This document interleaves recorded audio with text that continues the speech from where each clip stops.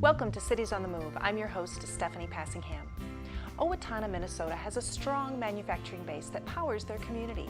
Stay with us for a behind-the-scenes look at Crown Cork and Seal, which makes containers for the food industry.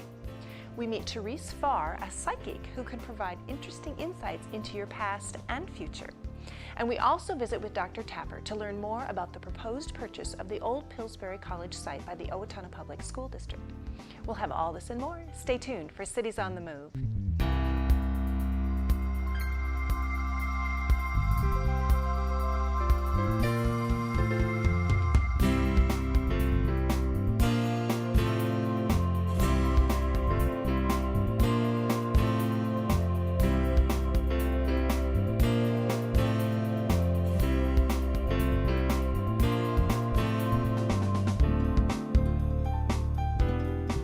Therese Farr discovered she had a special gift of highly sensitive intuition. This has led her to a career as a psychic, which includes individual consultations and leading self-discovery trips to Peru. Let's meet her now. Hi, I'm Therese Farr, and I'm a master psychic, and I offer psychic and mediumship readings. I also do remote viewing, palmistry, and I offer intuitive mastery circles for small and large events. I discovered it probably around 2005, about 5 years ago. I was in a traditional human resources professional position. I'd moved to California and I found out that I was hanging out with a lot of psychics. And they said, Therese, you're very good, you should study.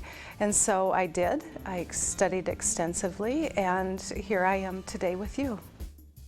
Intuition is what everybody has. It's inherent in everybody. Men call it a gut feeling. Women will call it, I just had a knowing or I had a feeling. So it's that type of feeling that you know someone's going to call and the next thing you know the phone is ringing. You were right, it was that person. It's like that. Oftentimes people are feeling stuck.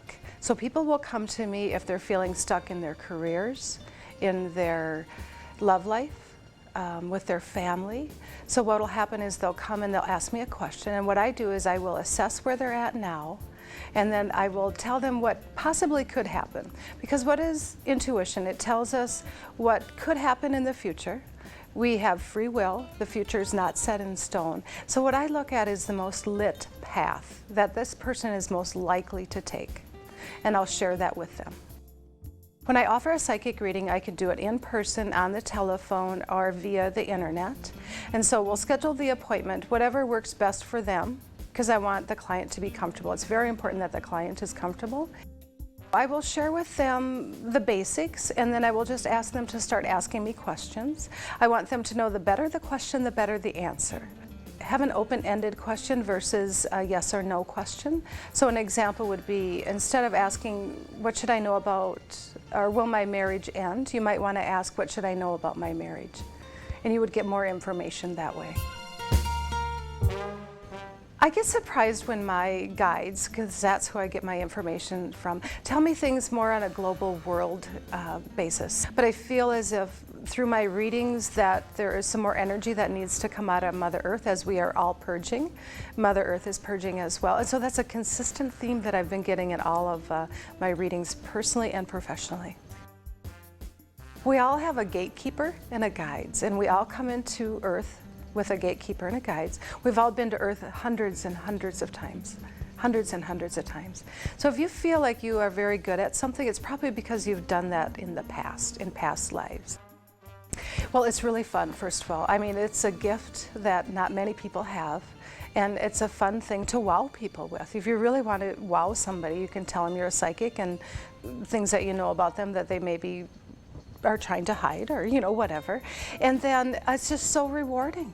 You get so many hugs and repeat customers, and people are so thankful. And it's just very rewarding knowing that I can help people, because that's really what I do, I'm a helper.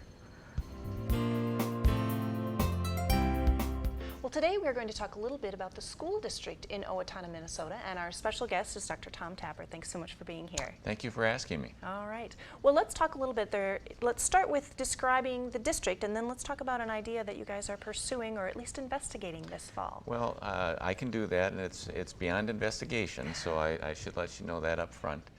But you know, Owatonna, our public schools, we serve about 5,000 students. We're organized with 4 elementary schools, which are K-5, and we have 2 intermediate schools. One is a grade 6 only, and then we have a 7 and 8 junior high school. And then our senior high school is a 9 through 12 organization. We have an area learning center as well as a community education center that serves our preschool as well as our adult education. All right. And you're looking at expanding your facilities. And talk a little bit about the location, because this seems like kind of an interesting fit geographically. Well, you know, it is. We believe that it is. And, you know, it's really something that we've been looking at. You talked about investigation. The Pillsbury campus, which is located really in the heart of our community, is located on Main Street, so that should give you some idea. But it lies directly in between our Washington Elementary School and our senior high school. Washington Elementary really sits on a fairly small acreage. It's approximately 10 acres. And our high school, which is on the other side of the Pillsbury campus, it has approximately 17 acres. Pillsbury campus has really a storied history within our community, and there's 11 buildings on the campus itself. That site is about 17 acres. On the east end of that campus, the larger portion, if you will, is recreation space, green space we call it. It's been used historically for football. There's a football field or an old football field on it, soccer and those kinds of things. But the west portion, which is kind of on the hilltop, has some historic buildings, including Old Main, a building that's known as Kelly Hall, and then Jeff's Hall, which is immediately adjacent to the high school. There's a block that separates the high school from the Pillsbury campus. There is just the street that separates the Washington Elementary School. So the opportunity when Pillsbury College, which closed in the winter of 2008, the campus went on sale in 2009. Okay. And you know, we've had a number of community leaders as well as members of our community come up and say, you know, we think that you should probably take a look at that site. It makes some sense. And we had a failed bond levy which called for, among other things, the relocation of our high school to a site on the edge of town. And of course, you know, an edge of town today may not be an edge of town, sure, you know, 10 years from now or 15 years from now. But that was defeated, and our community, one of the primary communications back to us is we like the high school where it is. We like the fact that we've got education in the heart of our community.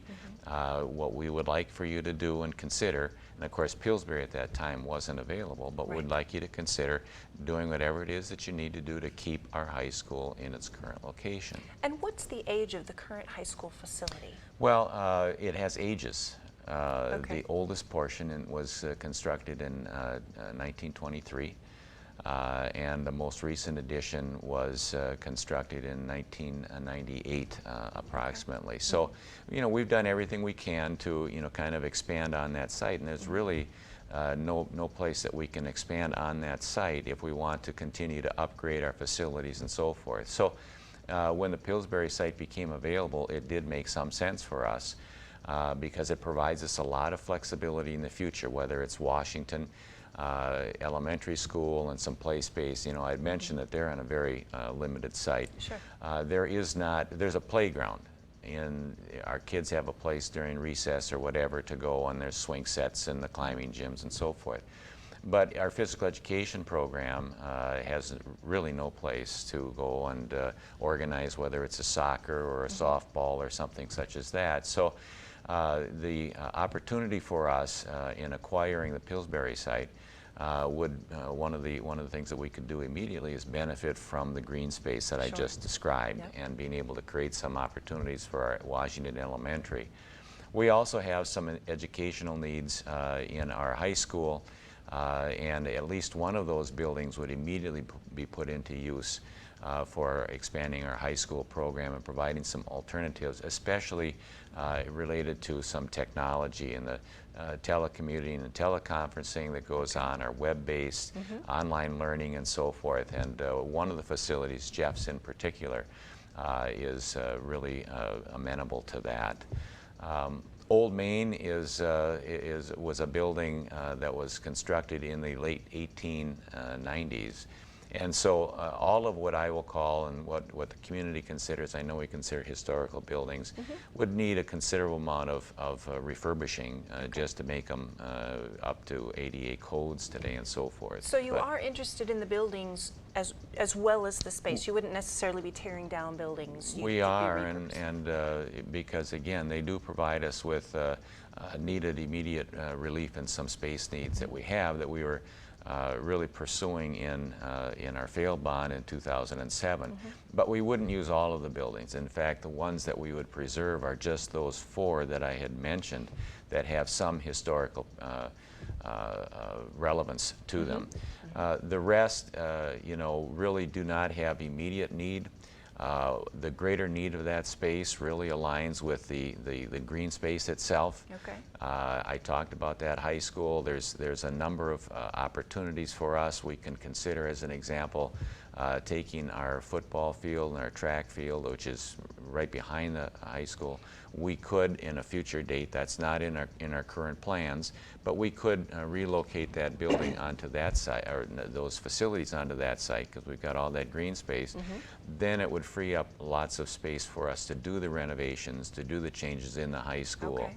So the advantage to that site right now for us is it addresses immediate educational needs that we have identified and could use. So if you consider moving this football facility to the Pillsbury campus location, are you looking at adding on to your current high school then? Well, you know, again, the real advantage to purchasing the property for us is the flexibility. And as I had mentioned, we have the ability to immediately benefit from the playground space, the play areas for our Washington Elementary. We're going to use some of those existing facilities, the ones that have the greatest historical relevance to the community, and we can immediately use those to address some deficiencies right now that we have in our space utilization. One of the things that I want to mention is that currently we have deficiencies in all of our elementary schools because of the kinds of programs that we have, the number of students that we have. We've compromised a lot of what you will find in traditional elementary schools. As an example, in one of our Wilson Elementary School, one of our elementary schools, we have an all-day kindergarten program, and we haven't even talked about that, but that's one of the intentions that we would have in using that space, is to create an opportunity for all-day kindergarten for all students. Right now we only have it in one building. Okay. But to get that, we compromised, and it does not have a media center. In another one of our buildings, in fact, in 3 of our 4 elementary schools, the media centers have been reduced. The libraries, if you will, have been reduced significantly in order to provide for space for ELL learners and for the technology and so forth. So one of the things that the space provides us in the flexibility, and then I'll get to that the high school, but it does provide us with the opportunity to then backfill or create appropriate space in all of our elementary schools. That's much needed and something that we talked about in 2007. Okay. But as it relates to the high school, again, without any decisions being made, the space immediately adjacent not only provides the opportunity in using one of those halls, it's Jeff's Hall, one of the buildings, to expand our online learning and other technology initiatives in the high school for our students. But it gives us the long-term flexibility depending upon how the community sees it in the future. It's not something that we're going to decide in this election. And you don't have to do everything at once. And we don't, and that's one of the things that the community asks us to do. Can you come up with a plan in which we can kind of see what direction we're going, but we don't have to do it all at once, and so we're not doing that. But the community will be able to see the opportunity, as an example, to take our football field and track, which is currently on the high school site. We could relocate that onto the Pillsbury site and use up some of that green space and then create a whole new area for renovation and upgrades in our high school. And so the acquisition at this time really does two things primarily for education. One is it creates a lot of valuable space that we can immediately utilize that will help our programs. And the second is it gives us long-term flexibility as far as how we might go, what we may be able to do, and turn around and keep, as our community has wanted, keep the high school in its current position. All right. Let's talk a little bit about the question that will come before the public in the fall. What exactly will the question be, and what kind of impact will that have on the school district population in terms of residents who will, of course, need to help pay for this? Sure. Well, you know, and a lot of the specifics, you know, will be coming out, and so I can talk in kind of a general sense, but there will actually be three questions that our community will be asked to support. We have a current operating levy in place that has 3 years left, and so we know that moving forward we're going to need to ask for renewal. That's a $4 million initiative. What we're going to do is we're going to ask our community to extend that 2 years at the existing level. There will not be any tax added. It will be, in essence, a zero base for those during that period of time. However, what we feel as though is important is that we try to stabilize and kind of, if you will, work through this economic time and provide some predictability with our funding. So that will be the first question, and it will stand alone.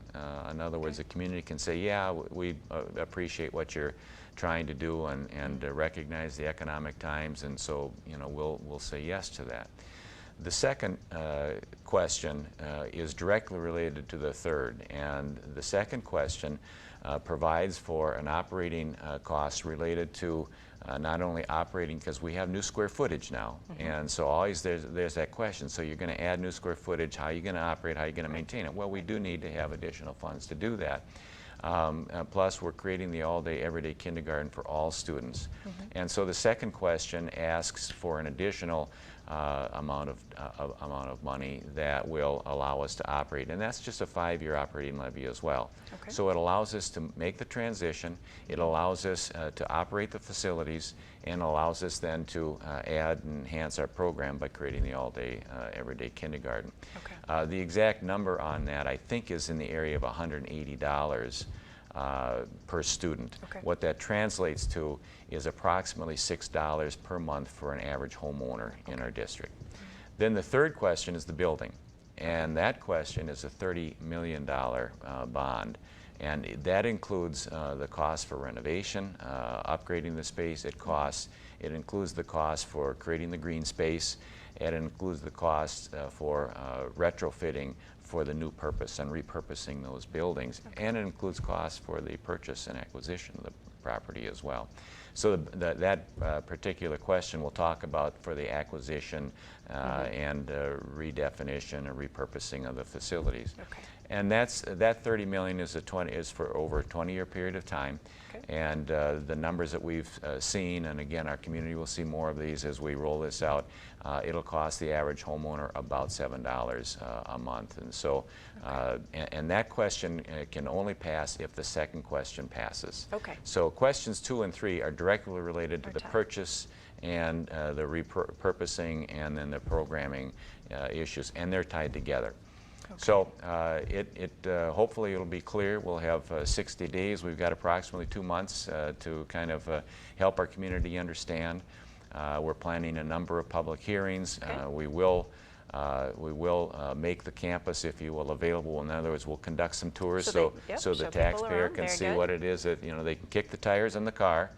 And then we're going to establish a number of feedback loops so that, you know, the questions as they arise can be answered as quickly as possible. All right, sounds great. Well, you have 60 days to get the information out. If folks at home are interested in learning a little bit more about what this project is, I know you have some information up on your website as well. We do. We'll be holding public meetings that you can attend and learn more about it. I wish you luck.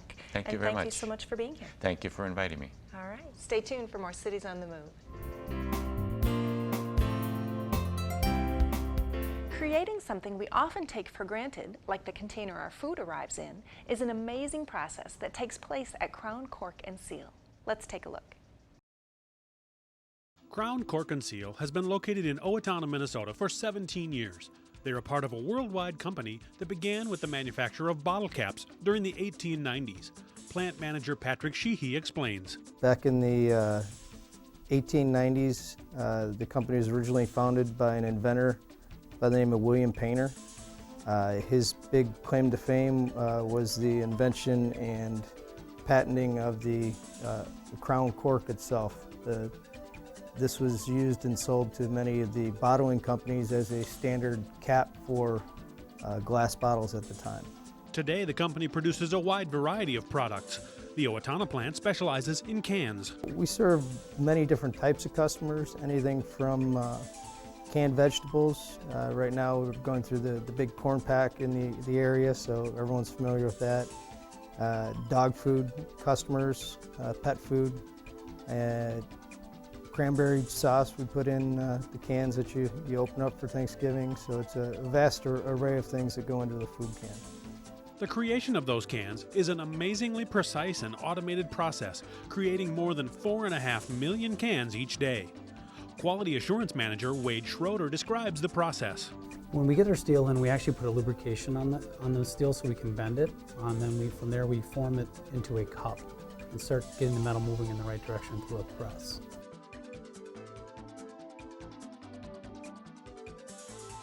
What the press does is takes the metal similar to like a coffee filter.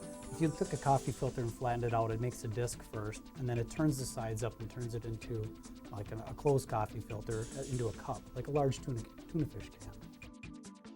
From there, it moves up into our body makers, and the body makers take and continue their process of moving that metal and stretching it out through a series of rings in a horizontal punch.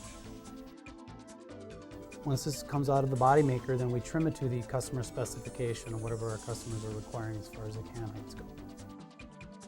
From there, it goes into our washing system.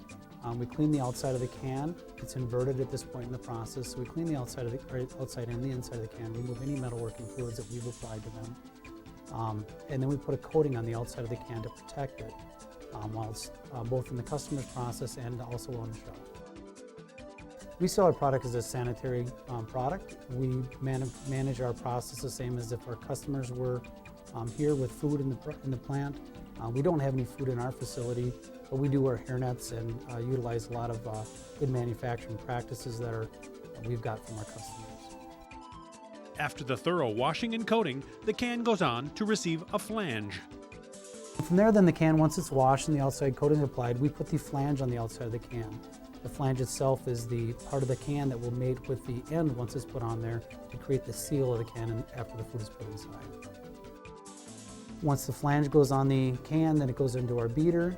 The bead is put on the side of the can to make the can strong. A lot of people don't know that the food is actually cooked inside of the can at our customers. In the cooking process, the can will expand with the food inside through the heat. When it expands, it needs to expand equally through the top, the bottom, and the sides, so that when it cools, it all comes back equally again. So the strength of the side of the can is matched with the strength of the ends and the dome of the can. Our slowest point in our process is actually our flanger. We're running at 1,750 cans a minute at that point in the process. We move up, continually move up a little faster as we move through. When we get into our light tester, for example, we're running up in the upper 1800s, 1890 approximately cans a minute. After we get our cans coated inside and we run them through our internal bake oven, and we move them into our Presco camera. Our Presco camera is a computerized system that has a picture of what the can should look like, compares it to a picture of every individual can that goes by. If there's enough discrepancy between those two cans, it'll automatically reject that can on board. Because of our operation is very automated and very high speed, there's actually over 4 million different possibilities for a single cup to walk through our process and get to our pelletizer. So what we need to do, and what we do here very good job of here, is we watch our tolerances. We run very tight specifications. We joke that it's not rocket science, but it's darn close. And of course, the plant manufactures the ends that are placed on the cans once their customers have filled them with the desired food item. In addition to precision, the company also has a strong safety reputation, having won the North American Safety Award for Crown in 2 of the last 3 years. Crown Cork and Seal, keeping cans on the move in Owatonna, Minnesota. And now for the calendar of events. Going on now through October 1st at the Minnesota Marine Art Museum in Winona is the exhibit, A Survivor's Story, Recollection from the Titanic. A young survivor of the Titanic, Laura Bazell, gives a first-person account of surviving the Titanic sinking through handwritten diary entries. On display will be her riveting narrative of losing her father, art, and other historical items associated with the Titanic. For more information, visit minnesotamarineart.org. Taste of Steele County is sponsored by AAUW and will be held September 16th from 5 p.m. to 7:30 p.m. at the Owatonna Eagles Club. For more information, call Carol Zita at 507-451-0825. And if you have a few more Thursdays left, enjoy the Eagles Cruise In Car Show, which is held Thursday nights from 5 p.m. to 8 p.m. through September 29th at the Eagles Club in Owatonna. Bring your custom, classic, collector, muscle, or hot rod car. Drivers vote on the best vehicle, and there's a trophy awarded at the end of the night. They have a food stand on the grounds, it's free admission, and the public is welcome. If you have an event to share with our viewers, log on to ksmq.org and post it today. Next week on Cities on the Move, we check out what's happening in another great city in our region. Please join us Tuesday, September 14th at 6:30 p.m. on KSMQ for another edition of Cities on the Move. I'm your host, Stephanie Passingham. Good night.